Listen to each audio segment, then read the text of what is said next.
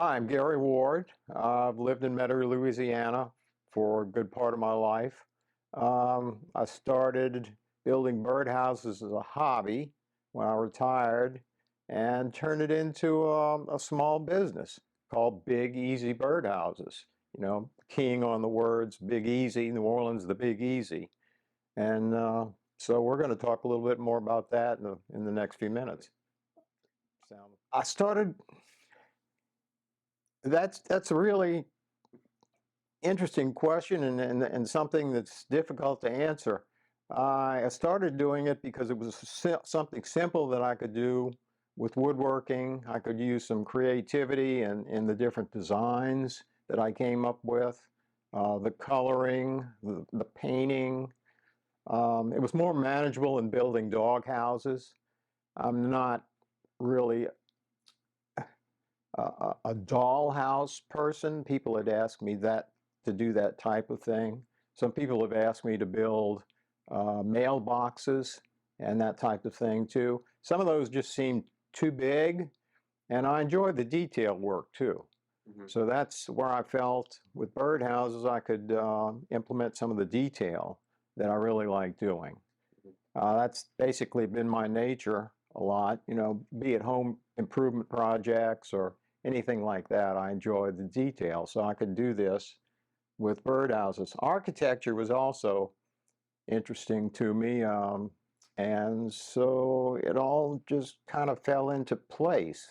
Uh, some of this, depending on your personality, just naturally falls into place. Quilting, I would never be a good quilter.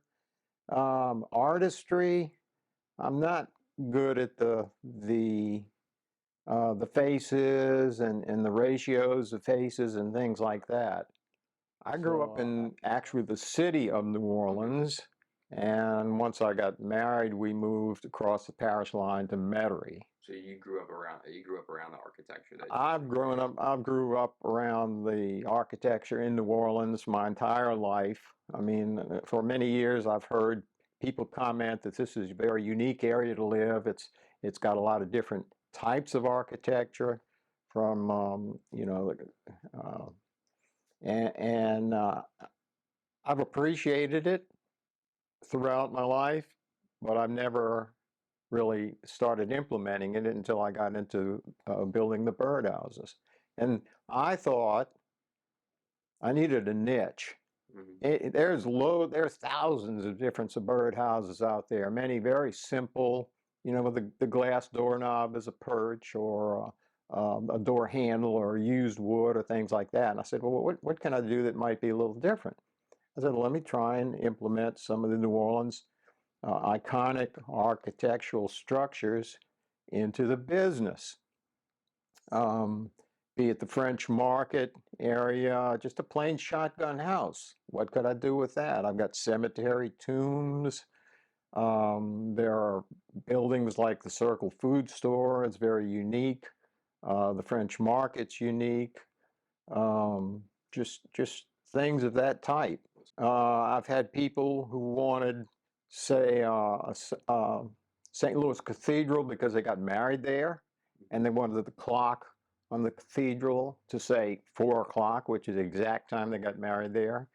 I've had special orders for the Sanger Theater because the person who commissioned me, their parents had their first date there, and she wanted this as a memento for them. I've had people, local people whose family business was a hardware store on Veterans Boulevard. They were retiring and they wanted their parents to remember this hardware store, so they gave me photos or drawings and sketches of it. People have commissioned me to do, the founder of Time Saver, his parents saw me at a local art fair and they wanted me to do a version or replica of the very first time saver that this man ever came up with. So those are some examples of special order or custom items that I've built. The Camellia Grill. Man saw my work in a store, wanted to know if I could do a Camellia Grill for him. Let me give it a try. they're artistic enough, and that's something I put in the little text um, online where you can buy them. It's small enough and decorative enough that you could use it inside as a decorative item. You don't have to put this outside as a birdhouse, but it is artistic enough that anywhere you put it, people are going to appreciate it for the detail, for the colors. There's a whole variety of colors and trim sizes that I put in it. Each time I go at a house, it's basically one of a kind. Mm-hmm. You know, I'm in my mind, I'm playing with the trim style. What can I do differently? When I see in the newspaper a different style of shotgun with a different trim style on it, or porch design, or anything like that, my mind's working on it the next time I go outside to build a new house. Okay, how can I modify this trim to be slightly different? A challenge for me to make it more fun for me to do. Lately, I've also got into mixing paints. Now, originally, I bought a couple of basic colors of paint, and then a person would challenge me to do, say, a custom birdhouse where I needed a different shade of red, or I needed to come up with a brick color for the particular building that they picked.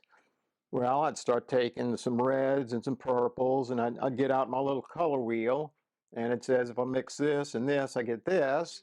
And just for naturally looking at the colors, I started coming up with a whole palette of colors. And I actually made a chart. If I have one part of Marlboro blue and 3 parts of deep rose red, I'm going to get this shade.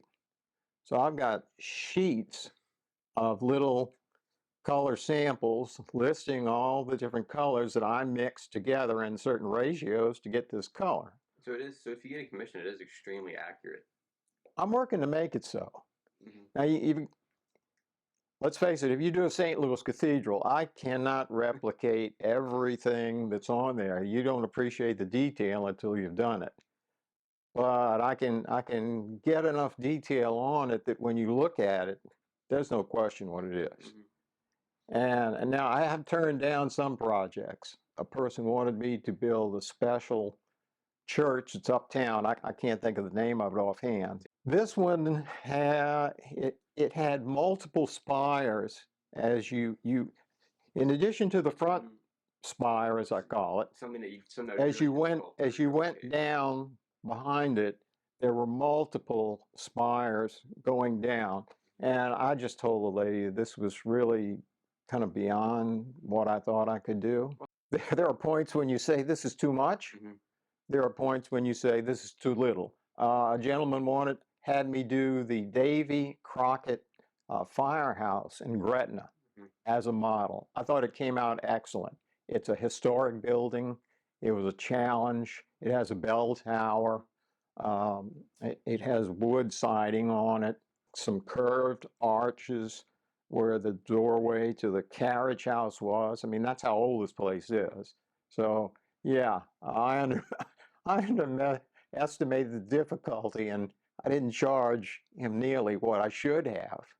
And I tracked the hours on these things to give me an idea of what it takes to do this. So if somebody asked me to do another one, at least I have some idea that, you know, that's going to take me 80 hours. You don't just go out and start cutting wood. I have to create a construction drawing. I have an architectural plan for every single category of house. Well, I use the plan for the basic dimensions of it, but at a certain point, you can skip beyond that and modify the trim to be anything you want. You know, the basic dimensions of the house are pretty much set. I know it's going to have a porch. I know it's going to have this type of roof. But then when I get to the porch trim or the shutters or the windows or the things of that type, I can do whatever I want. So in that sense, each one is custom. They don't have the same trim. They don't have the same paint. I started putting shingles. There are real shingles on some of the houses that I do. You know, people they like that. They think it's going to last. It's unique. It's just different. All the materials I use are waterproof, exterior grade. I'm using house paint. I'm not using artist paint that you would use to, paint an oil painting or something. This is the same paint that I would use to do exterior grade shutters or woodwork on the outside of your So house. it's built to last outside. This thing is built to last just as it's built like a small house. Mhm. Same materials, same workmanship that would go into it, just a small scale.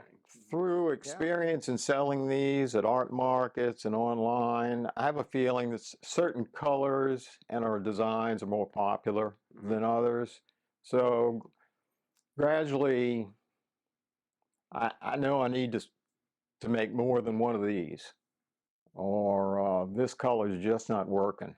There's one one of them that I've had for years, and I just cannot sell this thing for whatever reason. Instead of putting windows and shutters on it, I put a small fleur-de-lis on it, and nobody is going for this. It's either overkill or it's just not a design that's popular. So I know I'm never going to do another one of those again. There's another design that I used for a seafood market that just seemed to take years to sell the ones that I built, so I've kind of moved away from those.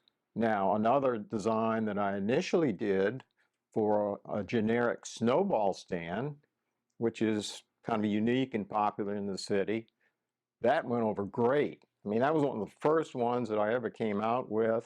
People were snapping them up. In some respect, I may have underpriced them, but it was the first chance I'd even gotten out to try selling these products to people. It was trial and error. What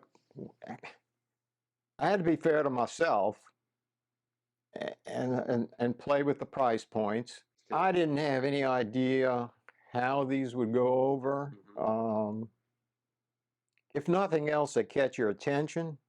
What fascinates me is I go to a large art market like the Three Rivers in Covington, which I've done several times.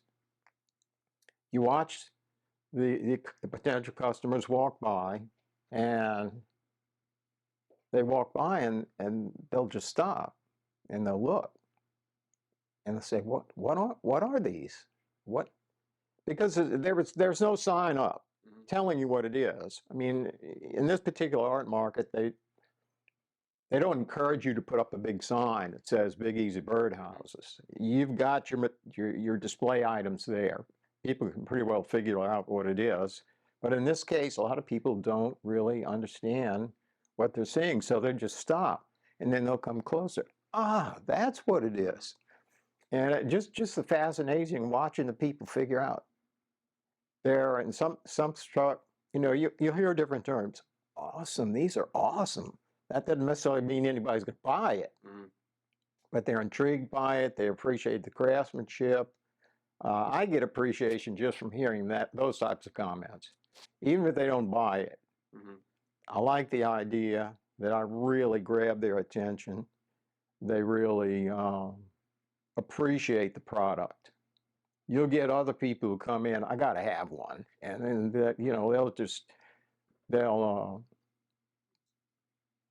they'll take their time, or you just see that they're confused. Well, I like this one, I like this one, I like this one. What do I do? I don't know. Some people will come, they'll think about it, they'll come back later in the day and get what they want. Well, a lot of cards fly out. Well, let's face it, these are not inexpensive birdhouses that you're going to put out unless you appreciate the art. You can go to Michael's and get one for $5. Yeah, yeah, and you can paint it yourself. Yeah, paint it yourself. It's not built nearly as good.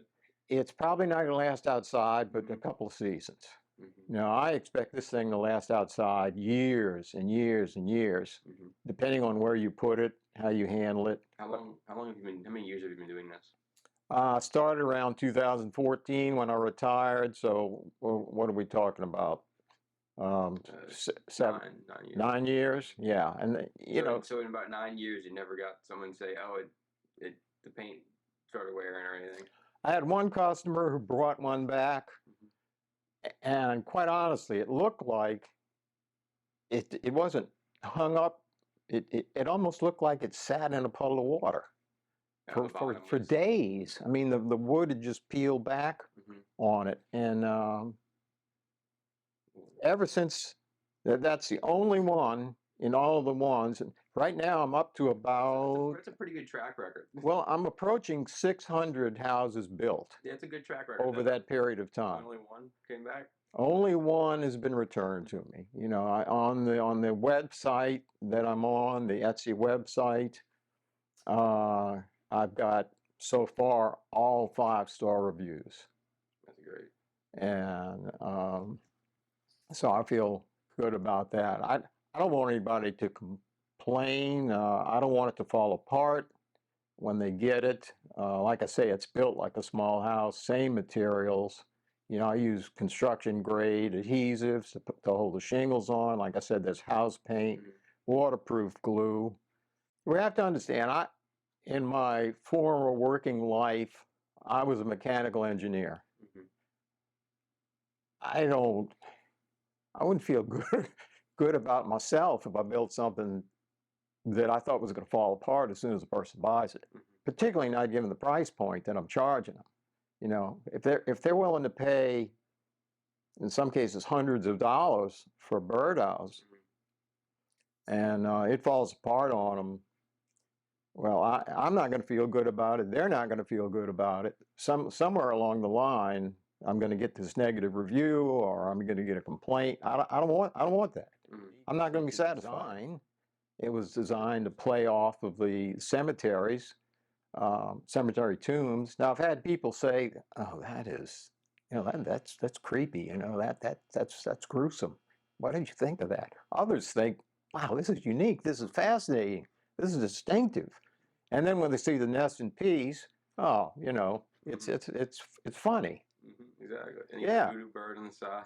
Well, that was another artistic way of bringing in the culture of New Orleans. How can I doctor this up so that it's even a little bit more New Orleans-esque or New Orleans-y? So I thought, well, voodoo bird, you know, voodoo.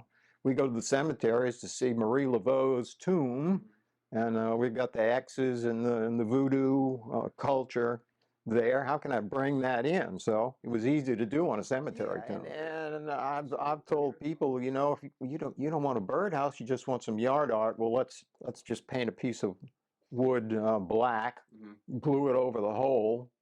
The birds won't mess with it. It's just yard art. Yeah. So now people have bought some interior decorator items, and Furnished it. there was no hole. Wow. You know, I didn't put a hole. They just wanted it as a model. A lot of people want me to build a model of their house. But and I don't take those on for a specific reason. I have to create the architectural drawing. I have to scale it to their house. There's a lot of work beforehand that goes into it. That it usually takes at least 2 days to come up with just the drawing. And then I've got to spend the time to make it just like their house. And you've got to keep it to a scale that's reasonable too. You know, above a certain length, width, and height, the person's not going to have any place to put it. Do you have a certain scale that you tend to use? Like if someone gives you blueprints, like how do you scale them down? I scale it down mainly by looking at the overall size I want. Okay. I mean, they're not 1/32, 1/72. You decide I want it about that wide. So that's the scale I have to go with. Yeah, when I'm getting 12 or 13 inches in width across the front of it, or the length, depending on the specific model, I'm starting to say this is getting me a little bit big. Through experience, I've found that certain sizes sometimes are too big, some are too small. Like I've actually made an original one that I thought was too big, so I scaled it down a little bit, and it came out just as well. And I've gone the other way too.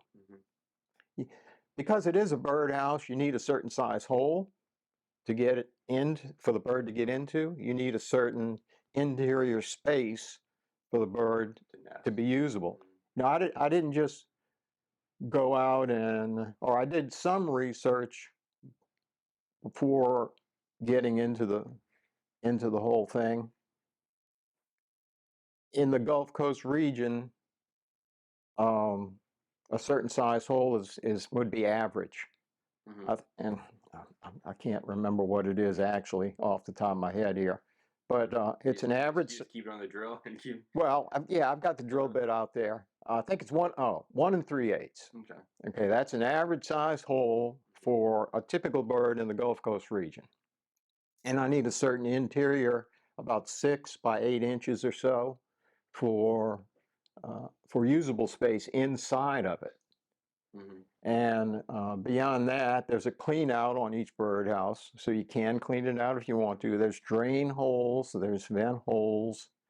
I have some of these actually in my house, and I've watched the birds use them. Come in, go out. People say, hey, you don't need a perch. Birds don't need perches. On a tree, there's no perch out there. Definitely use it. But if you watch the bird houses that I built, the perch is used. I've made perches that are actually flat and somewhat long and extend out, and quite honestly, the birds love it because it's a place for them to just stop and rest. And particularly if they have young birds inside, they can feed the bird that's inside, then they can fly off. Most of the perches I use are dowels that just project out a little, and that's pretty much standard on a birdhouse there.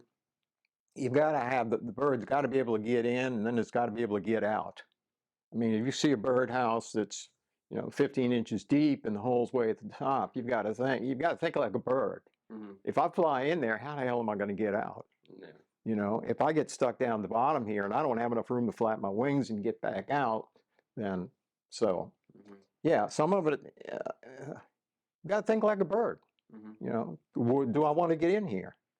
If it rains, is the rain going to come in, flood out this thing? If I don't have any drain holes on it, how's it going to get out?